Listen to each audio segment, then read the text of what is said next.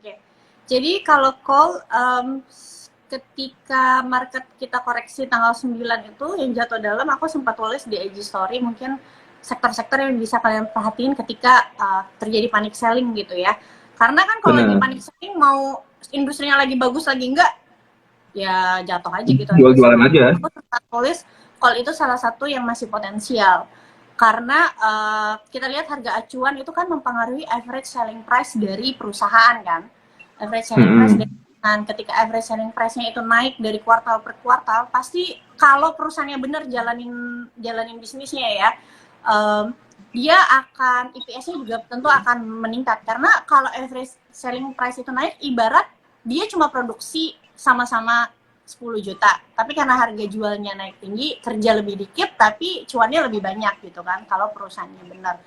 Cuma balik lagi kalau kita ngarepinnya kenaikannya itu kayak 2021 sampai kayak sekarang tentu aja nggak bisa ya. Karena harga harga call-nya juga udah tinggi banget. Paling bisa cuma dipakai untuk trading, trend following sampai akhir tahun gitu. Karena balik Oh. kalau komoditas itu yang bisa bikin turun harganya apa?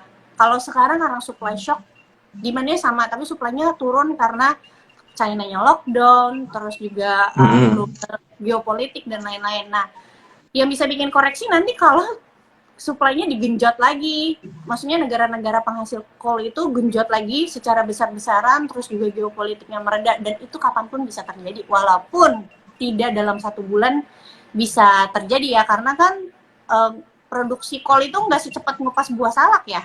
Tetap butuh waktu, Mm-mm. belum cuaca dan lain-lain. Tapi harus pasang trailing stop. Paling aku ngeliatnya sampai akhir tahun. Kenapa? Karena ini belum masuk winter. Nanti ketika masuk winter, sekarang harga gas itu kan naik udah tinggi banget. Eropa itu akan cari alternatifnya pakai batu bara gitu. Oke. Tuh. Emang emang koal masih ada upside ya, cuman mungkin kalau kita berharap kayak tahun-tahun Ya, lalu ya nggak segitunya lah ya, benar. santai dulu lah ya. Tapi kalau trading masih cakep banget nih, karena kondisi saat ini yang masih rame dibicarain, masih rame, sentimen juga masih ada gitu loh, perusahaan juga masih cuan ya, memang masih call doang ya, yang lagi menariknya gitu. Oke oke, cakep banget nih view-viewnya. Ada lagi nggak nih teman-teman yang mau tanya nih? Dari tadi ngobrolnya asik banget nih malam ini, yang biasanya project satu arah ngomongin saham-saham ya by technical, malam ini kita bicara juga dari sisi fundamental ya, biar teman-teman terbuka matanya ya, nggak cuman ngarepin teknikal aja. Tadi kayaknya aku Apalagi nih? sempat baca deh ada yang nanya Project mungkin Gimana dasar tuh? banget sih pertanyaannya. Ada yang nanya kenapa debt to equity ratio perusahaan-perusahaan bank itu besar. Mungkin ini apa namanya bisa aku jawab aja ya. Mungkin banyak yang belum Boleh boleh tahu. boleh. Karena kan kita tuh Project sorry tuh saya di doktrinnya itu kan kita kadang kalau misalnya lihat postingan gitu ya, jangan beli saham Heeh. yang equity ratio-nya tuh besar gitu. Misalnya Utangnya gitu. tinggi ya. Iya, utangnya tinggi. Tapi sebenarnya debt to equity ratio itu tergantung industrinya karena kita harus lihat lagi perusahaan itu tipikalnya apa. Kalau perusahaannya capital intensif misalnya kayak tower-toweran itu sudah umum debt to equity ratio-nya tuh besar gitu. Atau misalnya Benar. jadi kita harus balik lagi lihat industrinya. Nah, sama juga kayak bank. Kalau kita cuma telan mentah-mentah cari perusahaan yang debt to equity ratio, nanti kita nggak beli banknya gitu kan, kok debt to equity ratio-nya gede. Jadi alasan dari bank itu debt to equity ratio karena kalau di laporan keuangan kan ada aset sama liabilitas. Dana pihak Mm-mm. ketiga itu kan masuknya di liabilitas. Dana pihak ketiga itu maksudnya uang dari masyarakat yang nabung di bank tersebut. Tapi bisnis bank itu ingat teman-teman, bisnis bank itu muterin uang dari dana pihak ketiga, mereka salurin jadi kredit, di mana sumber pendapatan bank itu adalah dari penyaluran kredit. Jadi debt to equity ratio yang besar itu tidak bisa dipakai di sektor bank karena memang uh, bisnisnya itu memang minjemin duit gitu dari dana pihak ketiga. Kalau debt to equity ratio itu kan dihitungnya dari liabilitas. Kalau mereka nggak ada DPK-nya, gimana mereka bisa nyalurin kredit dan gimana mereka bisa dapetin keuntungan dari bunga kredit gitu. Tuh, itu tuh ya penjelasan buat teman-teman yang nanya, kenapa sih perusahaan bank itu DER-nya tinggi, utangnya tinggi, ya wajar lah, asetnya utang. Kalau dia nggak pakai utang, pakai pakai duit sendiri, namanya reksadana ya. Reksadana juga pakai duit orang ya. Tuh, jadi memang terkadang rasio-rasio fundamental itu nggak setiap saham itu perlakuannya sama gitu loh. Teman-teman tetap harus dipelajarin lagi. Mungkin ada yang pakai PER bisa cocok, mungkin ada yang pakai PBV ada yang cocok, mungkin ada yang ROA-nya lebih bagus dipakai di saham ini, ada yang bisa pakai ROE. Nah, itu teman-teman bisa dipelajarin lebih dalam lagi gitu. Jadi jangan sampai semua diperlakukan sama. Karena gini loh, terkadang orang-orang yang pakai itu disamain semua tuh orang-orang yang pada dasarnya teknikal, kayak project. Project itu kalau screening fundamental itu tetap pakai teknikal, pakai metode, tetap muncul semua tuh. Oh, ini sahamnya nih, baru dipilih salah satu. Cuman kan buat teman-teman yang mungkin males gitu kan, pakainya screening kayak project terus diperlakukan sama, oh ini DER-nya tinggi, hapus ya, nggak gitu juga gitu loh. Gitu. Oke, cakep banget nih view-nya ya. Apalagi nih, ada yang mau ditanya lagi? Kalau misalkan Antam-Antaman gimana? Si Antam, Oh, Tins, iya, Inco, ada view nggak? ya. Kalau ini Mm-mm. kan, kalau nikel itu kan future ya, energi future. Jadi pasti volatilitasnya bakalan lebih tinggi, dan kita kalau mau hold juga agak masih jangka panjang. Jadi kalau mau beli, nawar-nawar sih, mesti nawar. Ya. Karena biasanya karena lebih jangka panjang, jadinya ya volatilitasnya akan lebih tinggi gitu.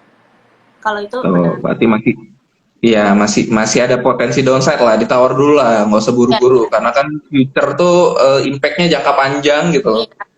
Soalnya Uh-uh. selama di, kan kalau misalnya kita ngomongin nikel-nikelan udah pasti EV kan. Tapi di Indonesia Mm-mm. selama yang masih, istilahnya yang masih modalin buat kampanye itu adalah bos-bos coal yang nggak ESG ESG, ya bakalan gitu aja Dia terus. lagi gitu. Iya, benar banget, benar banget. Apalagi nih, nggak eh kalau misalkan ini deh, Project pengen tanya terkait apa tadi ya? Kok jadi lupa ya? Cek pertanyaan dulu deh. Iya, iya, iya, iya, iya. View mengenai bank digital udah. Cara valuasi yang sering dipakai. Hmm. Ada nggak cara valuasi Ya, yang sering dipakai? Kalau Kak Olive kalau gimana? Valuasi yang valuasi sering itu kan dipakai? ada dua ya. Eh, Mm-mm. Relatif sama absolut. Relatif itu yang kayak PE ratio, PBV, EV EBITDA, price to sales. Kalau absolut itu yang kayak Mm-mm. F dan lain-lain. Kalau aku lebih sering pakai relatif sih. Relatif. Biasanya kalau pakaian absolut itu untuk justifikasi ini beneran emang murah atau enggak. Atau misalnya kalau dia pairnya mahal, kadang pairnya udah agak tinggi gitu ya, misalnya di atas 15, tapi kalau ternyata dipakein DCF atau EPS growth ternyata murah, ya kita bisa cek lagi lebih dalam. Tapi mostly pakainya PE PBV. Aku lebih sering kok pakai, kadang pakai bandingin sama yang satu industri, perusahaan lain yang satu industri, atau pakai PE sama PBV standar deviasi gitu. Oke, itu berarti bisa juga pakai PI standar deviasi itu yang biasa kita cari tuh kalau lagi pada murah. Iya, Project biasa munculin tuh screeningnya iya. PI standar deviasi yang lagi kendor-kendor ya. Karena kemarin tuh juga pas pas lagi pada koreksi ya, terutama apa namanya awal-awal koreksi kemarin, Project munculin screeningnya ternyata Doit itu mahal banget ya. Hmm. Doit itu ternyata kalau di standar deviasi itu udah mahal banget, dan ternyata terbukti kemarin laporan keuangannya juga muncul rada-rada gitu kan, apa namanya, jadi ya sebenarnya semua itu sudah sedikit tergambar gitu lah. Jadi teman-teman tinggal tinggal cocokin aja.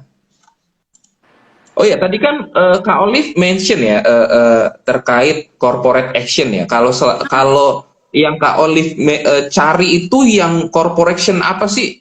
Apa tadi kan ada sempat mention right issue, apa nggak cuma right issue, apa misalkan kayak buyback gitu juga diperhatiin nggak sih? Biasa yang paling umum right issue ya.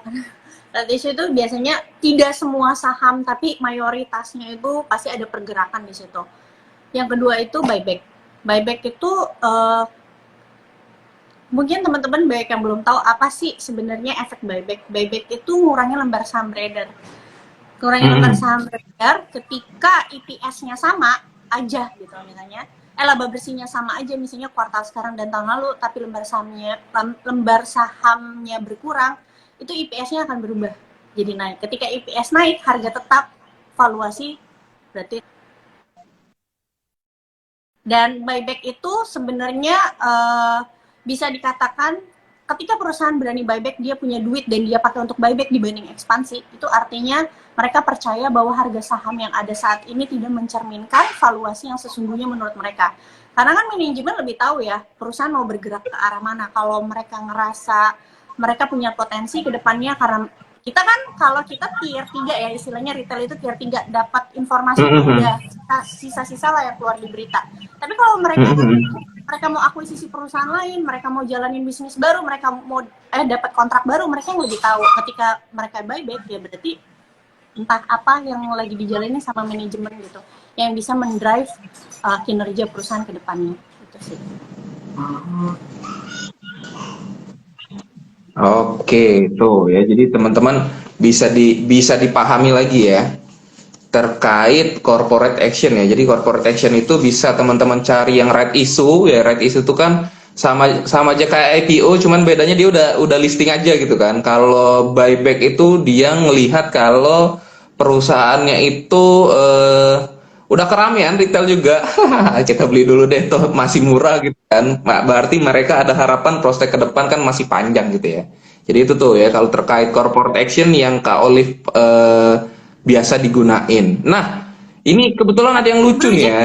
sorry, aku mau tambahin bentar boleh Kenapa? ya, terkait trade Boleh, issue boleh, ini. boleh, boleh. Trade issue.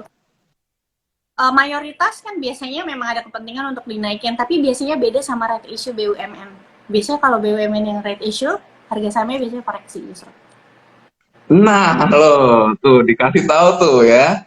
Right issue itu berbeda kalau BUMN ya, dan sekarang itu yang lagi rame itu konstruksi. Konstruksi ini lagi apa namanya serempak semua mau right issue ya.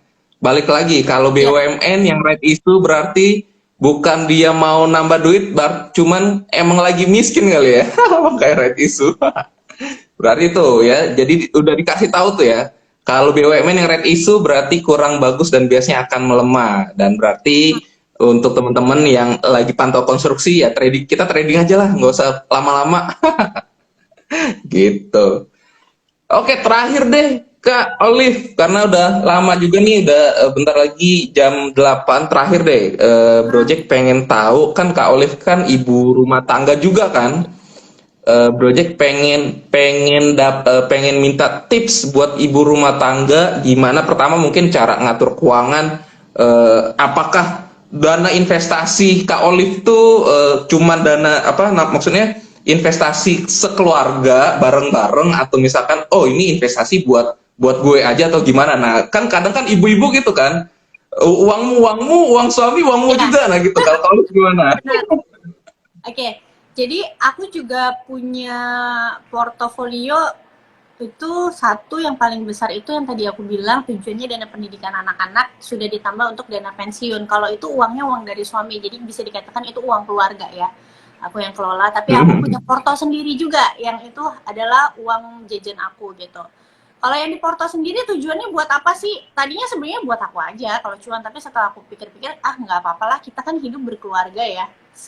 Ya buat Benar. sama juga. Ujungnya sebenarnya buat anak juga. Mau siapapun yang ngisi duitnya di portofolio, ujungnya kan sebenarnya itu buat anak. Itu sih kalau dari aku. Tuh ya, jadi buat ibu-ibu di luar sana tetap ya punya porto keluarga boleh bareng-bareng yang mungkin ibu-ibunya lebih teredukasi terhadap investasi ketimbang bapak-bapaknya, monggo diajak bapak-bapaknya ya dibikin dana darurat mungkin diinvestasiin juga atau seperti apa gitu ya biar teman-teman tetap keuangan itu bagus ya, jadi nggak apa, jadi jangan jangan sampai jadi generasi micin ya yang dapat duit ya, dapat duit Iya, tanggal 25 tanggal 1 udah udah pinjol. Oke, Kak Olive, terima kasih Makasih ya. buat malam hari ini ya. Terima kasih insight-nya luar biasa keren banget ya. Itu aja dari Project.